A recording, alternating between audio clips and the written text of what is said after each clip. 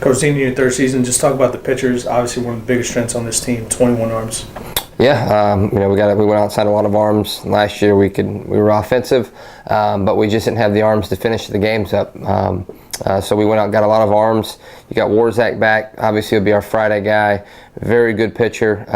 Probably, hopefully, a top 10 rounder. He got perfect game, ranked him preseason pitcher of the year in the conference. So he's pretty good. Eric Orzie will probably throw Saturday for us.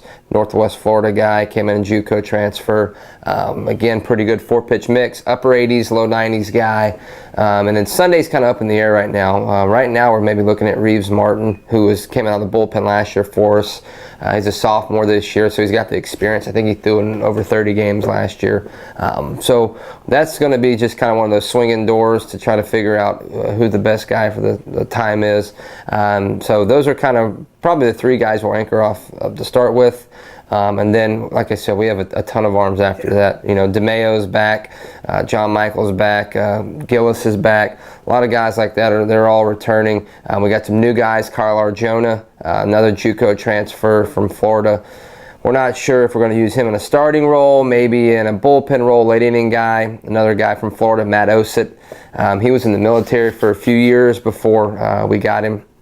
And so he might be a late inning guy as well. And then midweek, we were looking at potentially having Rafe Schindler as one of our guys. He's a freshman from Chalmette, but he's having a little arm trouble right now, so he's shut down for the time being. So he's not in the equation right now. And then Brayson Smith, another guy from Florida as well, somebody we might come in and use as a midweek starter. Now, somebody might look at your roster and say you have too many arms, but early on in the year with all these midweek games, how important is it to have that mix of guys that you have? Well, that's important. The more arms, the better. Those are valuable. That's the most valuable thing you can have. Obviously, I tell people, and it's no secret, I like offense.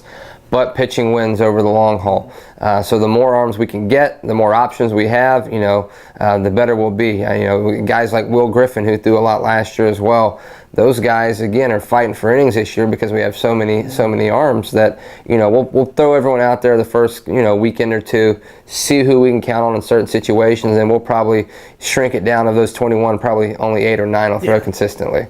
Now, you lose Sean to the draft. How important is it for these guys? They see somebody like that. He works hard, gets drafted, now playing professionally. Some of these guys, obviously, the goal is to play professionally. How important is it to have a guy like that you can go back to and say, hey, he was drafted, look at the hard work he put in as the ace, as the anchor of this rotation? Well, that's important, especially for recruits coming in. Younger kids, they like the big lights and the big stage, so they want to know they're getting drafted.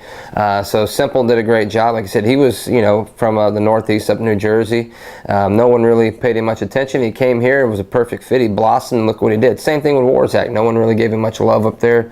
We thought he could become something, brought him down, and now he's the stud.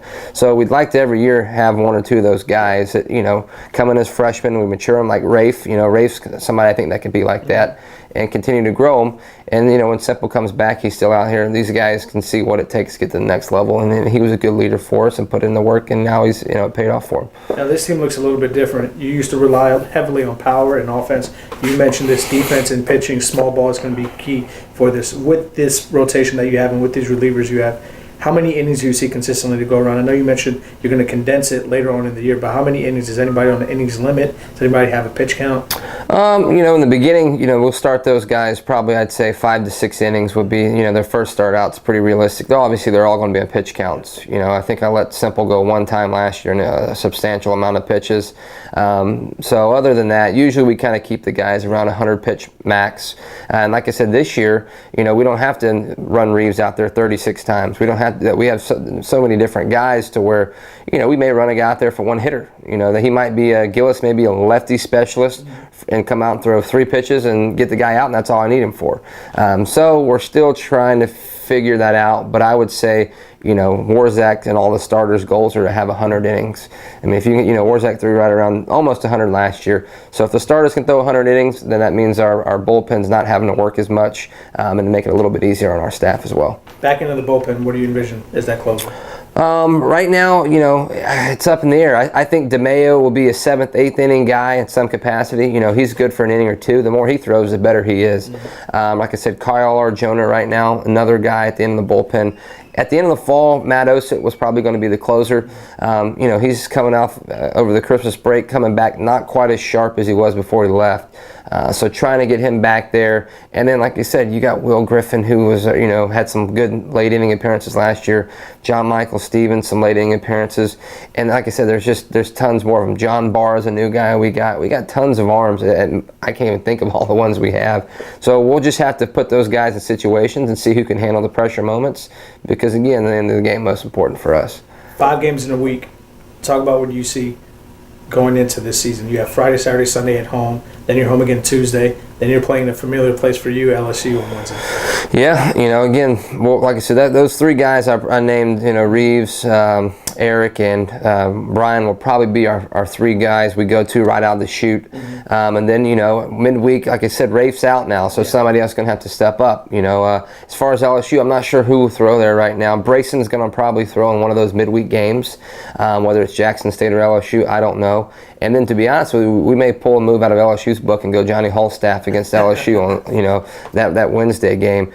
So I'm not exactly sure what we'll do with it. It all depends on how that weekend plays out for us. Last question for you, Coach. How excited are you? 3rd season at the helm of this program. It seems like every year you take that next step forward. The momentum keeps going in the right direction. Make it to the semifinals last season. It seemed like this season the expectation is there that this team is going to take that next step forward into being a perennial powerhouse in the Southland Conference. I hope so. I mean, for us, like I said, we lost a lot of offense. So that's a lot of guys to replace. We lost some maturity, some older guys who had been experienced, have been there. So we got a lot of new guys on offense this year. I'm still in the bubble about how I think all of it's going to pan out from an offensive standpoint. Again, it's one thing to see our arms, but when you see somebody else, a different ball game. But our goal every year moving forward, we want to win 30 games every year, no matter what. I mean, I think that's the new benchmark in college baseball. I said that on the TV show the other night. 30 wins is where you got to be, and that pretty much ensures a winning season for you. If you can get to that 35, if you get 40, I think that's unbelievable. So I'd say 35 is kind of be our new goal moving forward. And getting that conference tournament, anything can happen there. Obviously you win that, you get the at-large. So that's the goal: get the at-large, get the conference tournament, and have a winning season for ourselves. Appreciate it, Coach. All right, my man, you got it.